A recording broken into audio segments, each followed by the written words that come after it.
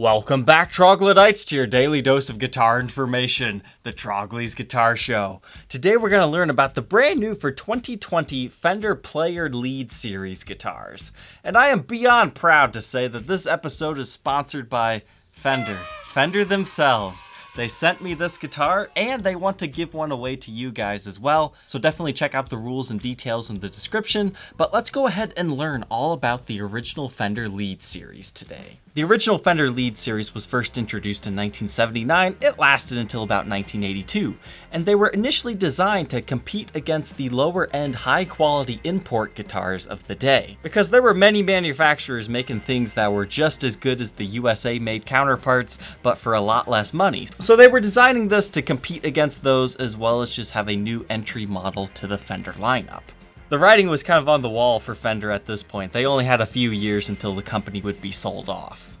But these things, they're kind of like shrunken Stratocaster bodies. They're gonna look and feel a lot smaller in comparison side by side here. Measurements will help this make more sense. So a regular Stratocaster, they're about 10.5 inches wide this way and 12.5 inches wide here. Whereas these guys, they shave off half an inch. So that means 10 inches here and approximately 12 inches right there.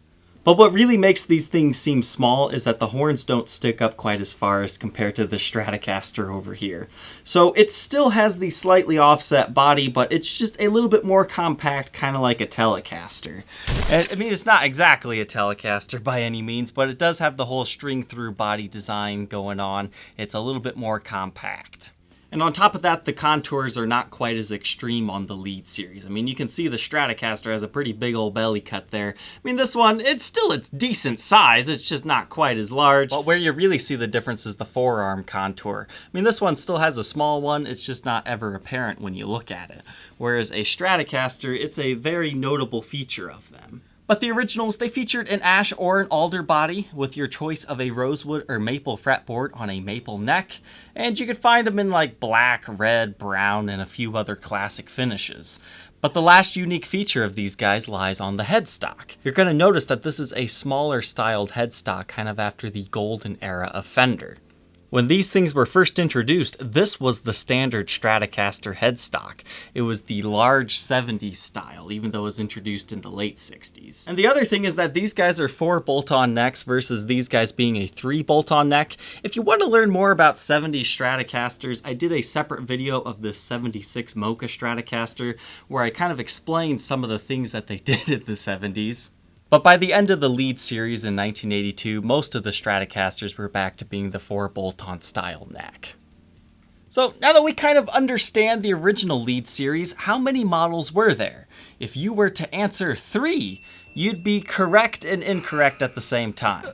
Yes, there was a Lead 1, a Lead 2, and a Lead 3. Lead 1 and 3 are about the same. It just depends on how many of these humbucker type pickups you had. I actually got one of those through my Trade Tuesday series, so I do have a separate review of one of those. And if you want to learn all the nitpicky details between all the different models, I'll put a link in the description to that. But the Lead 3 just had 2 of those pickups, and then the Lead 2, it had 2 single coil pickups. So Fender just decided to only reissue the Lead 2 and 3 because, well, 1 and 3 were about the same. But Fender, I know at least one person from Fender has to watch this video to make sure I made it. Please, reissued the Lead bass. That was a 34-inch bass that never actually made it to production. There was at least one prototype made. I think it'd be a really cool tribute to see a small limited edition run of that quirky bass that never quite saw the light of day. So now jump to 2020, Winter NAMM show. Fender released the new Player Series Lead 2 and Lead 3 series, and that's the main topic of today. But to fully understand them, you kind of got to realize what these things were back in the 70s and early 80s. Because this is a tribute to the original models. A lot of people are going to call them reissues, myself included, but reissue means you're actually trying to reissue the original specs, whereas these guys aren't necessarily trying to do that. They're just paying tribute to the original run. So these guys are running $599 brand new, no case, no gig bag, it's just the guitar, and they're being made in Mexico. They're offering them in all the classic colors, such as like a white, you've got the black, which looks cool. You've got the Sunburst, which is definitely going to be a hot seller, but then they also introduced 2 exotic finishes, one for each model. One being this neon green color, and then the other one being a neon purple. So you're probably wondering, what is the difference between the Player series and the originals?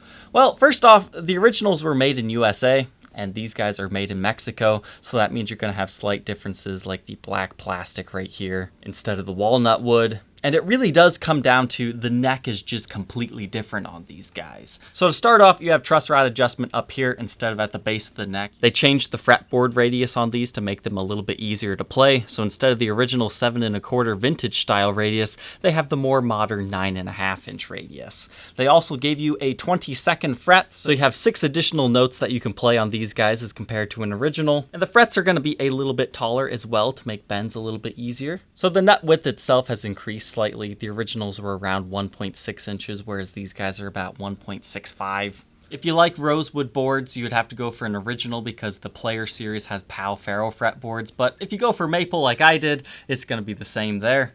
And the pickups, I mean, they're going to be slightly different. The bridge is a little bit different as well. The originals used a lock nut versus these guys have like a more traditional spring system.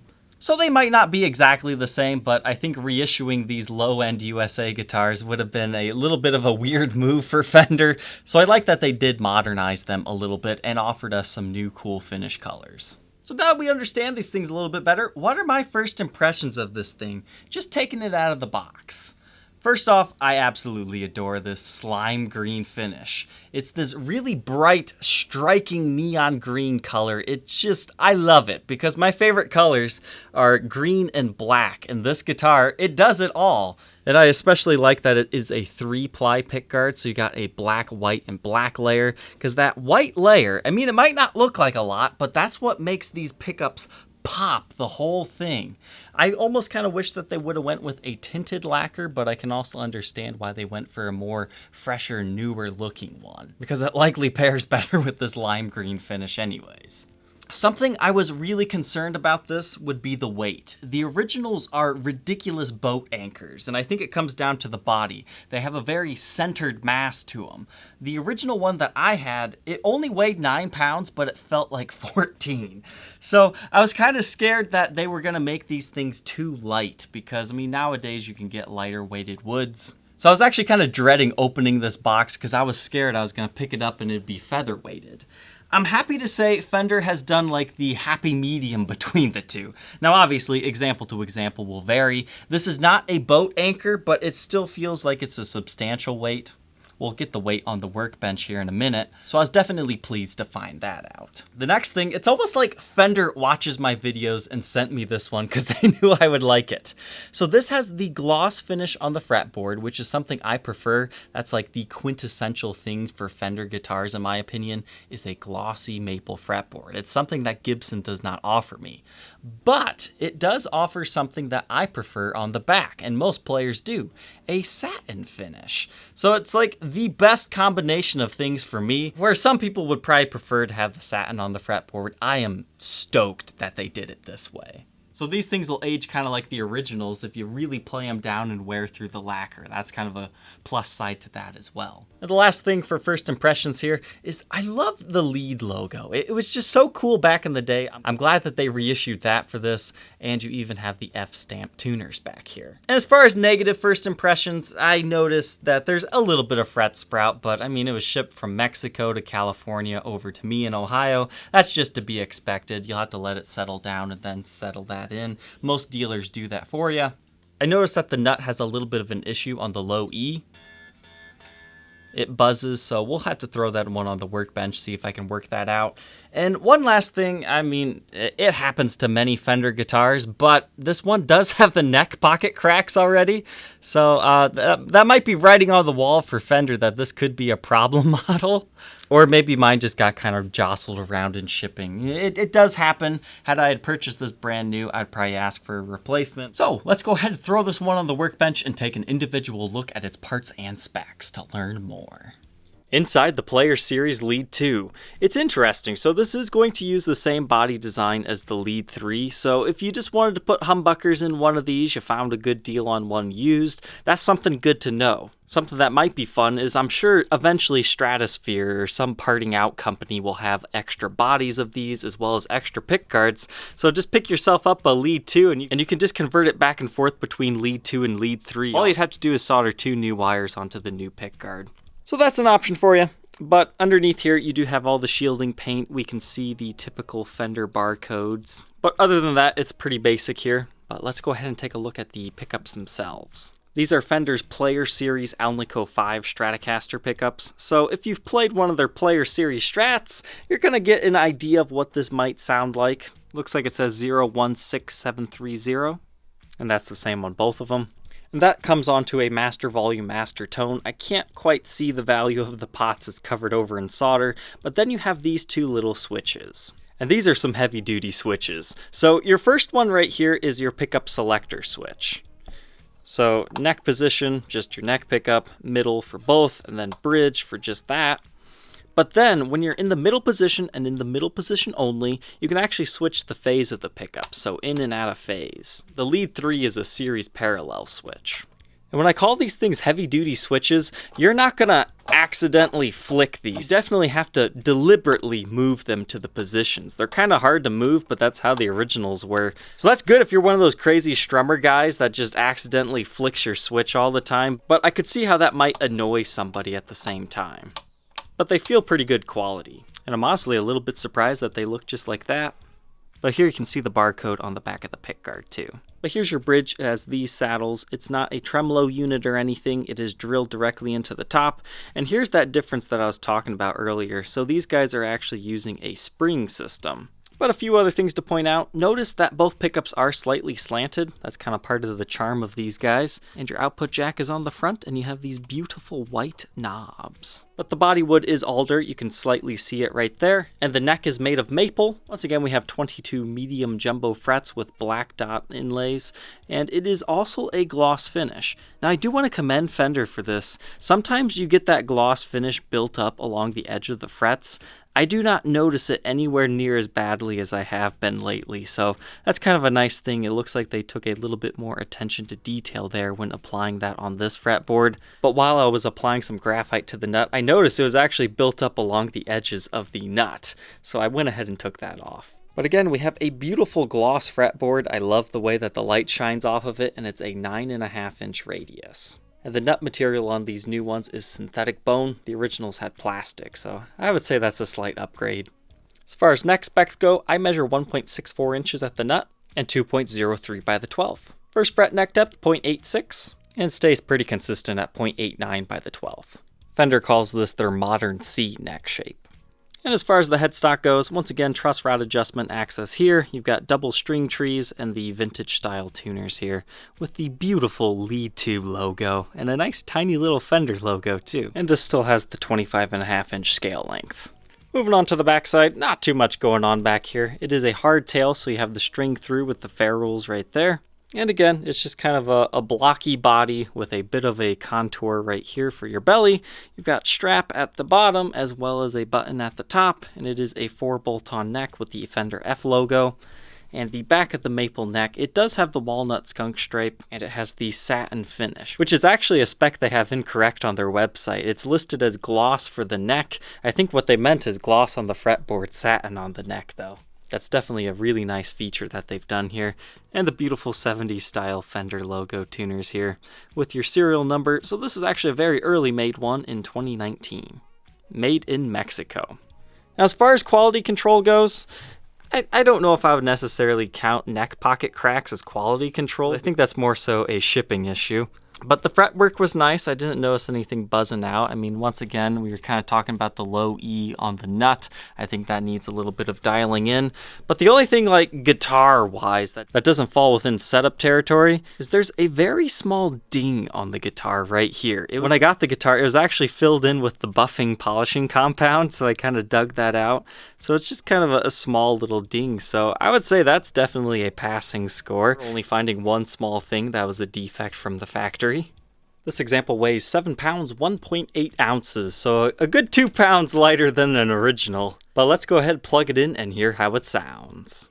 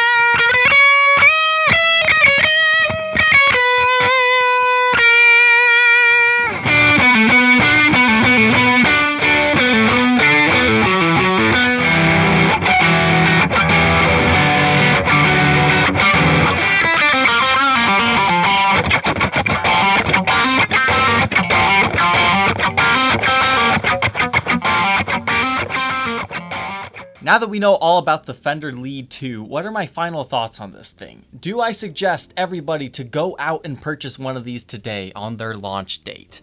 No, not really. This is more of what I consider a nostalgic piece for people. I got a lot of comments in my last video when I reviewed an original that was their first guitar. They have fond memories of playing it. It was never the best guitar in the world, but it's a great memory. And that's kind of how I felt about my original one too. I loved the original owner's story of it, but the guitar itself, it was just okay. So if you grew up in the 80s with one of these, yeah, you're gonna love this because it's like a blast from the past. It's got that same, it's an okay guitar, but it's not gonna blow your socks off or anything. But I absolutely adore these new 80s hot rodded style finishes that they've introduced, the neon green and the purple, because I think that's the number one thing I love about this guitar, because it says, hey, come pick me up and have fun. Sound-wise, yeah, it's pretty good. It's got 4 tones to it. It's very similar to a Stratocaster, except for you don't have the middle position and you can't get the in-between sounds. But something that you can get that most Strats don't get without an S1 switch is the neck and middle together. So it's a little bit different in that aspect. And hey, you get the out-of-phase sound. It's more of a novelty in my opinion. I mean, yeah, you can use it for some funky stuff, but you're not going to always leave that on.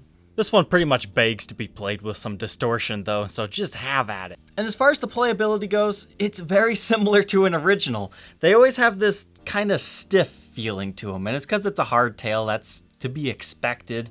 So if you're a fan of hardtail Strats, you're gonna like this, but if you're used to kind of the more slinky feel, yeah, you maybe not like this one as much. I mean, it's not completely stiff, you can still do bends, and I was able to correct that nut issue. All I did was take the string and rub it back and forth, and that completely cured that. The only other thing, if you've never played one of these, they're a little bit crammed up here. And I guess I kind of find it strange that they added the 22nd fret when realistically, you can only comfortably get to about the 20th fret because that's when your hand starts hitting here. You could try to reach around, but then this starts hitting your hand. It's not the most comfortable guitar for blazing fast solos all the way up in the higher registers. But if you're an average guitarist like me, yeah, you're never gonna run into those issues anyways. But I find that Fender did great poetic justice here, because this is part of their Players series. And all the other Players series guitars start at $699. These guys are $599, so they're kind of like their original counterparts. They've made them slightly cheaper to make it an entry-level point for new people in the Fender lineup. So I think it's great that Fender did a tribute to these Lead series guitars because they're a little bit quirky and they just made them a little bit more playable and a little bit more cool. And yeah, the original ones are probably going to start to go up in value because of this. So with them being at $599, they could have easily made these things $1,000, made them a slightly more limited edition run, made the same amount of money on them, but instead they made it kind of a mass-produced run that people can afford. Well, relatively speaking, there's a lot of guitars you can buy at this price point. That's kind of the route that they went with the HM Stratocasters, the $1199, but we'll have to cover that one another day. It's a fun guitar. It might not be the best guitar for the price, but you're probably just buying it for its looks anyways, so it's definitely a win in my book. So I hope you guys enjoyed learning about these. Now for the fun part. Fender gave me this one. It's mine to keep. I can sell it, I can trade it, I can do whatever I want. But we're gonna give away one of these directly from Fender to you. You can choose Lead 2, Lead 3, any finish you want. All you have to do is like, comment, and subscribe, share this video, and optional, sign up for my mailing list. If I can't get a hold of the first person that I choose from the comments, I will then choose a backup winner from my mailing list. So you can check all those links and stuff down in the description. Thank you for Fender for sponsoring that giveaway and making this review possible, because I was only going to review the Lead 3, so you can thank Fender if you wanted to learn about the Lead 2. Under Blacklight, not too much changes. It's still kind of a ghostly green color, but you do get the pick guard to start glowing a little bit more. So it's just kind of cool. This is mainly a novelty since this is a new guitar. But hey, it does glow a little bit here. If you purchase one of these brand new, since Gibson wouldn't do it, they reissued the Gibson chainsaw. I'm just kidding.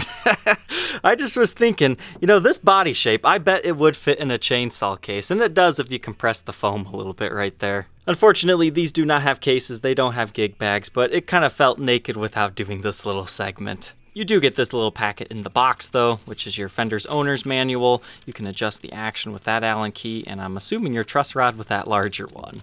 Thank you, Troglodytes, for tuning in today. I can't wait to select that winner. I'll probably do it in about a week. Just depends on how well the video does. But we will catch you tomorrow on the next episode. Take care.